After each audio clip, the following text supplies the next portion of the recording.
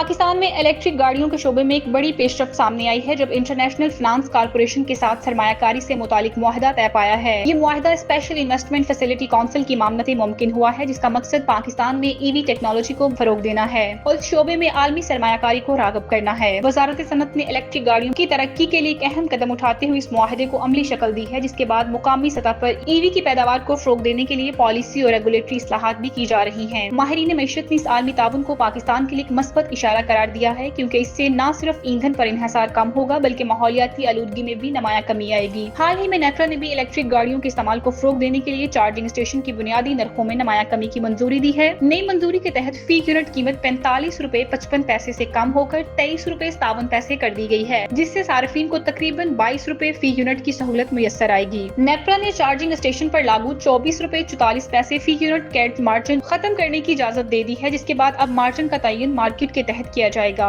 یہ اقدامات حکومت کی جانب سے گرین انرجی کے فروغ اور ای وی انفراسٹرکچر کو سستا اور قابل رسائی بنانے کی پالیسی کا حصہ ہے۔ حکومت نے اس مقصد کے لیے نیپرا میں باقاعدہ درخواستیں جمع کروا دی ہے تاکہ چارجنگ نظام کی لاگت کو کم کر کے عوام کو بہتر سہولت فراہم کی جا سکے۔